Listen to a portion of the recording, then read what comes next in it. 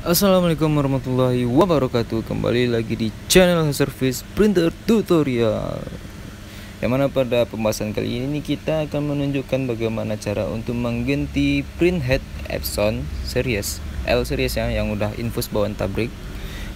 Yang mana printer Epson ini banyak seriesnya ya. Ada yang L210, L120 yang pakai scanner L360, L350, L355 dan yang lain-lainnya. Di sini kita akan mengganti printhead dengan cara yang umum ya, dengan cara yang sangat gampang. Dan teman-teman jika mengganti printhead ini tidak perlu takut, tidak perlu cemas karena menggantinya sangat gampang.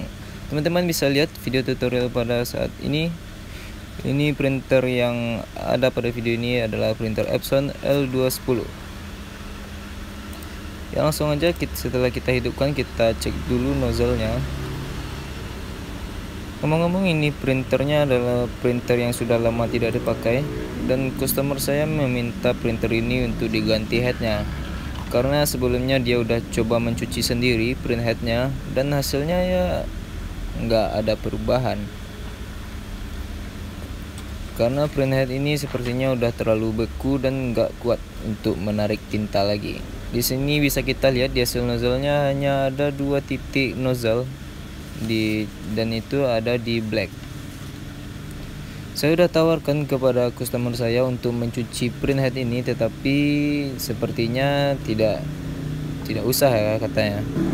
Kemudian saya menawarkan printhead ini, printhead cabutan, yang saya jual ke dia hanya 750.000, dan ini saya dapat juga di toko online shop rekanan saya di Pelambang AA Komputer.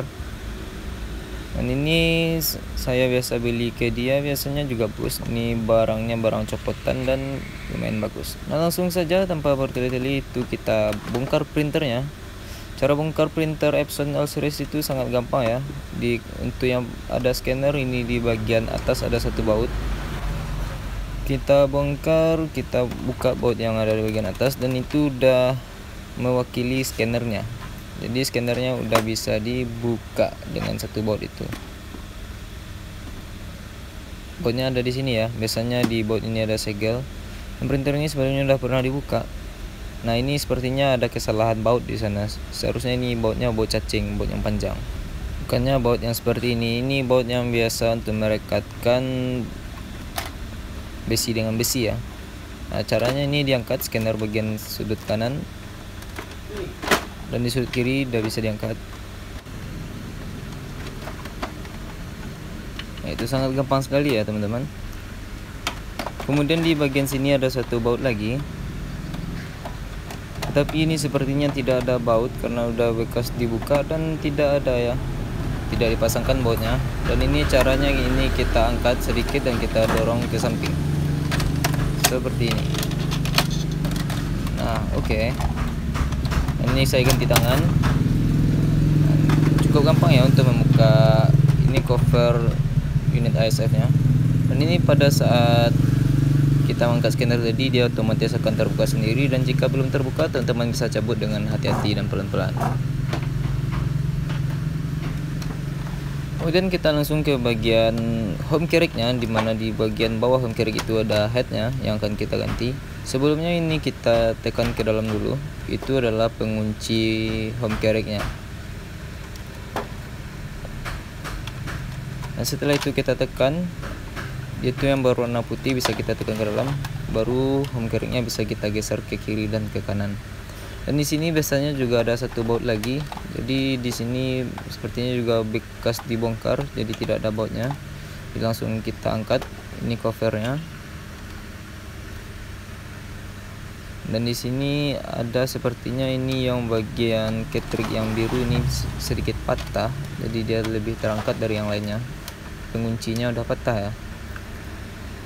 Dengan cara biasa kita congkel ke atas untuk membuka ketriknya.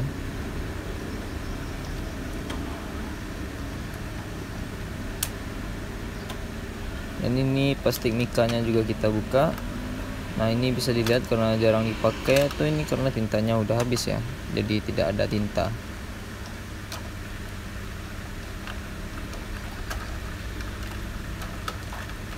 Dan sepertinya di catering yang warna lainnya aman, cuman memang tidak ada satupun nozzle-nya yang keluar. Sepertinya sudah terlalu membeku ya.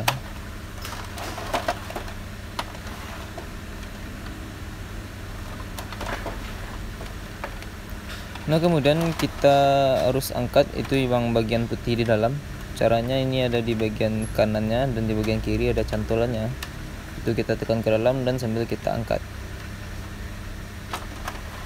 Itu yang di bagian kanan, dan ada juga satu lagi di bagian kiri. Nah, dia akan terangkat sendiri setelah kita tekan. Kemudian di headnya, di kunci head ini ada 3 baut. Teman-teman buka itu terlebih dahulu. Itu bautnya yang baut yang panjang.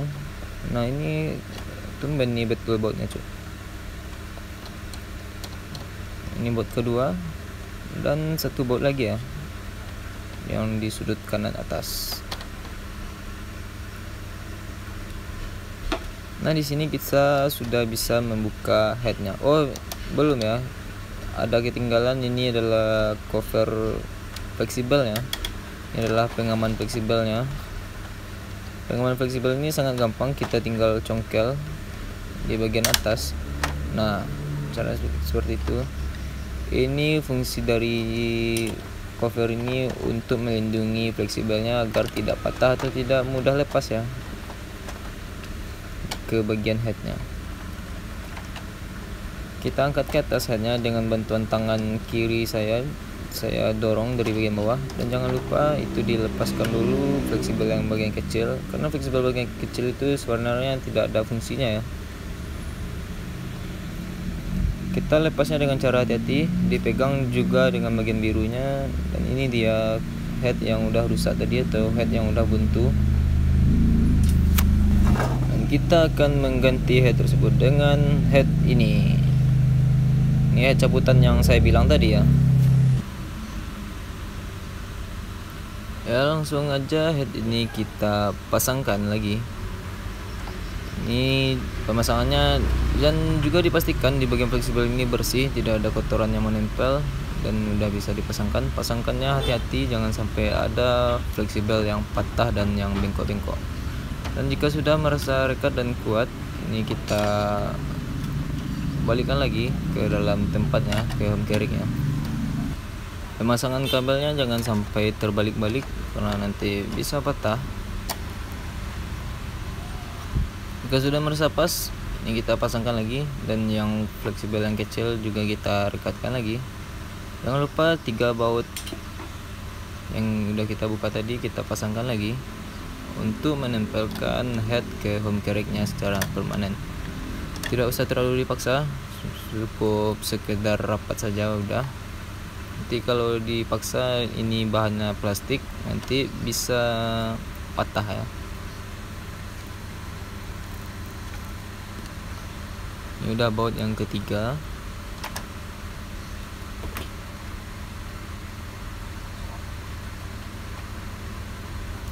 Jangan lupa ini dipasangkan lagi. Ini untuk penyangkut catering-nya ya. Dan seperti biasa, ini tinta yang ada di catering kita naikkan dulu dengan suntikan. Karena saya lihat tadi ada tinta hitam yang belum naik ya. Ini sepertinya tinta di tabungnya yang habis, jadi sangat kosong sekali. Teman-teman harus cek dulu di bagian tabungnya apakah tinta itu udah cocok dengan yang kita butuhkan. Jika tintanya habis, berarti kita harus tambah tintanya ya. Ini saya gunakan tinta premium biasa, cuman 15.000.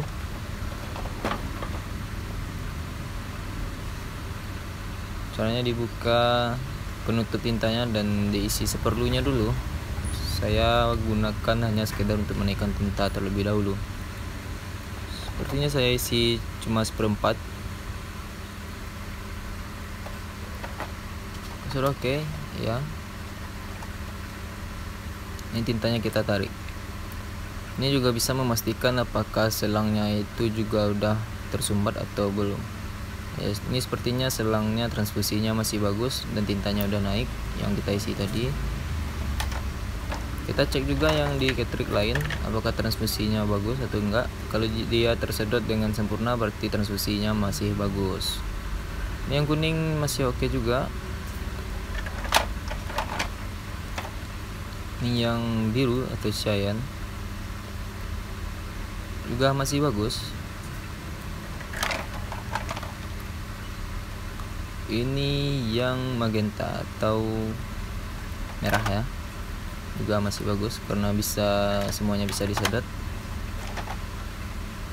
Dan jangan lupa di bagian bawahnya kita lap dengan tisu dulu supaya nanti bersih aja. Ya, setelah oke, kita pasangkan satu per satu sesuai dengan urutan warnanya yang ada. Terlebih dahulu yang warna hitam ya, dan juga diperhatikan apakah tidak ada yang selangnya bengkok-bengkok atau gimana-gimananya. Ini yang biru tadi sepertinya ada yang patah ya di bagian penyangkutnya. Jadi saya kali di sini dengan saya coba dulu dengan menyangkutkannya sendiri manual, tapi sepertinya nggak bisa juga ya. Jadi saya punya ide di sini, saya kasih penyangkut sendiri. Saya gunakan baut. Ini saya korbankan satu baut untuk nyampal yang ada penyangkutnya itu ya. Ini baut yang tadi, baut yang penutup scanner tadi, yang bautnya salah tadi. Karena dia salah, dia harus dikorbankan di sini ya, cuy. Ini saya jadikan ganjal sebagai ganjal ya.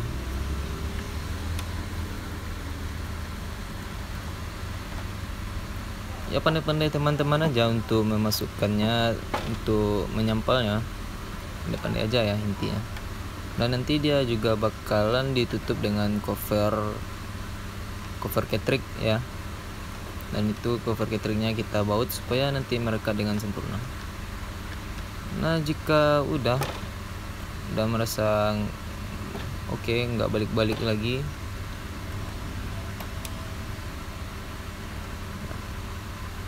nah jika udah merasa pas, ini covernya kita pasangkan. Oh ya, jangan lupa ini cover dari fleksibelnya kita pasangkan, nanti biar fleksibelnya nggak mudah patah dan mudah lepas. Caranya cukup gampang, cukup kita tekan, kita cari dudukannya dan kita tarik ke bawah.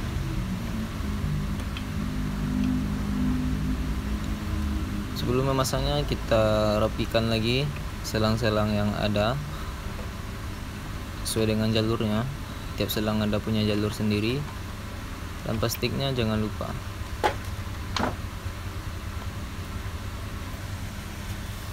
Di sini saya coba cari baut untuk cover ketriknya ya, karena bautnya itu berbeda dengan baut yang lainnya, bautnya lebih kecil. Dan jangan lupa ini dibersihkan, itu untuk kerapihan ya, biar nanti konsumen tidak kecewa. Jadi dibersihkan ini menggunakan air khusus ya, airnya 5.000 saja per galon ya, itu air putih. Nah, ini sepertinya lepas yang saya bikin tadi. Nah, jika udah merasa kuat lagi, kita lepas.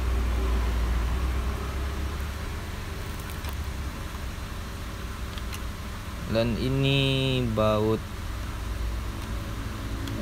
ini cover dari ketrik ya, kita pasangkan lagi. Oh ya, ini kelupaan bagian mika plastik apanya, untuk melindungi selang-selangnya dari patahan-patahan, biar nggak mudah nyangkut. Ini fungsinya.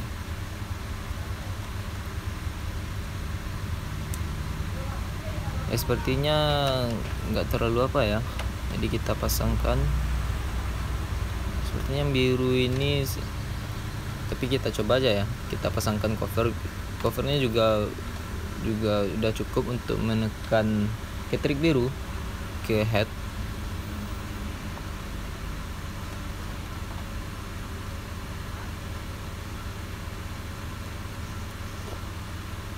Yang penting teman-teman akal-akalin aja supaya tidak mengganti ketriknya. Ya, di sini saya sudah menemukan baut yang cocok untuk cover dari ketrik. Bautnya lebih kecil ya daripada baut yang biasanya. Sini saya menggunakan obeng yang besar jadi sedikit sulit.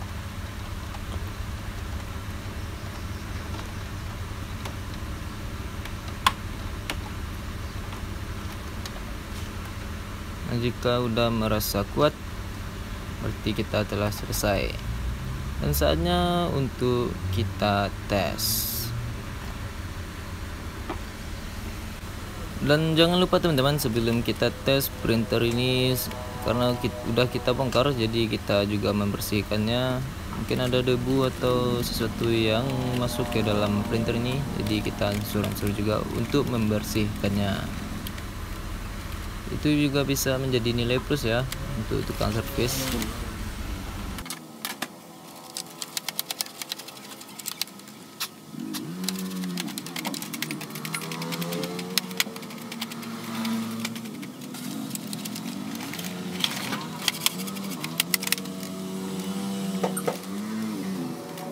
Nah, jika sudah merasa cukup, mari kita tes. Jangan lupa dicolokkan kabelnya terlebih dulu, nanti printernya nggak hidup. Nah, ngomong-ngomong, untuk printer Epson L series ini, printernya tanpa scanner bisa kita tes ya, dari program bawaan printernya, dari driver originalnya. Akan tetapi nanti akan ada general error yang menandakan scannernya tidak detect atau tidak terbaca. Dan jangan lupa ini kabel USB nya kita pasangkan juga.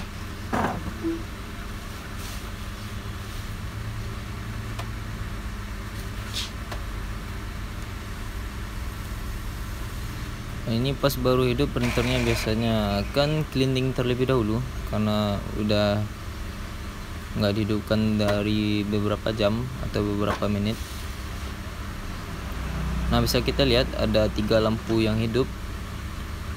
Itu menandakan bukan fatal error ya, itu general error yang dikarenakan tidak adanya scanner yang kita pasangkan.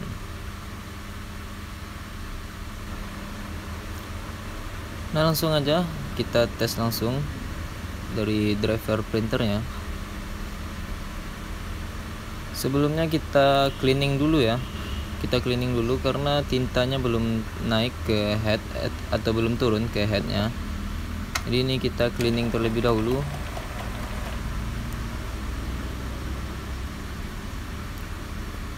Proses cleaning ini cukup lama ya, cukup memakan waktu. Jadi sambil menunggu proses cleaning kita bisa cek-cek juga part-part yang lainnya apakah masih oke atau gimana ya.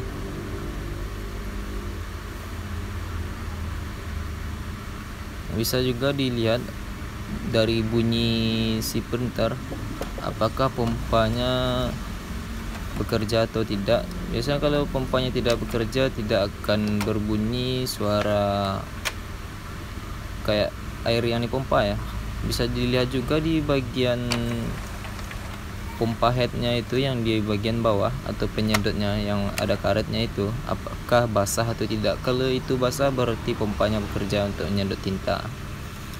Sini juga kita lihat ini encodernya juga udah bertinta tetapi sepertinya masih oke untuk dipakai. Itulah saat kita menunggu proses cleaning kita cek-cek semua partnya apakah masih oke. Nah, ini sepertinya masih ada debu ya, nanti kita bersihkan lagi.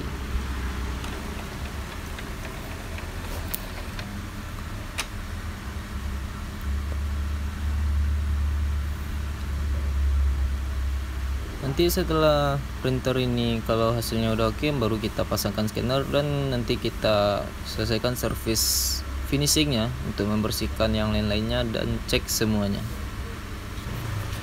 Nah, ini setelah cleaningnya selesai akan ada menu seperti ini. Kita print nozzle check ya, print nozzle check pattern. apalah artinya itu. Kita klik aja nozzle check please wait, artinya tunggu sebentar, dan kemudian kita klik print. Sini kita lihat, ini udah saya masukkan kertas sebelumnya, dan di sini udah ya namanya juga headnya yang bagus ya.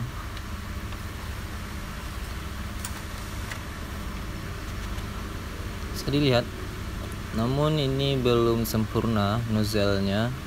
Kita bisa lakukan cleaning karena baru karena baru headnya baru kita ganti. Mungkin kita perlu lakukan cleaning 1-3 kali untuk memastikan tintanya benar-benar jalan di headnya tersebut. Nah, mungkin ini kita start lagi dan kita skip aja karena prosesnya cukup lama. Dan setelah oke, kita langsung nozzle check dan kita print lagi. Ini udah 2 kali cleaning ya. Sepertinya 2 kali cleaning sudah lumayan bagus dan hasilnya sudah sempurna. Nah, bisa kita lihat. Nah, ini hasilnya udah sempurna ya. Yang magentanya tadi ada beberapa yang putus, ini hasilnya sudah sempurna. Ya mungkin seperti itulah kira-kira cara penggantian head printer Epson L Series. Cukup gampang ya, dan ini bisa dilakukan oleh siapapun, apapun yang penting mau kotor-kotor ya. Dan ini scannernya nanti jangan lupa kita pasang, caranya cukup gampang dan sangat mudah. Mungkin hanya itu video kita pada saat kali ini untuk tutorial penggantian head printer L Series. Jika saya ada salah kata, saya mohon maaf. Saya akhiri. Assalamualaikum warahmatullahi wabarakatuh.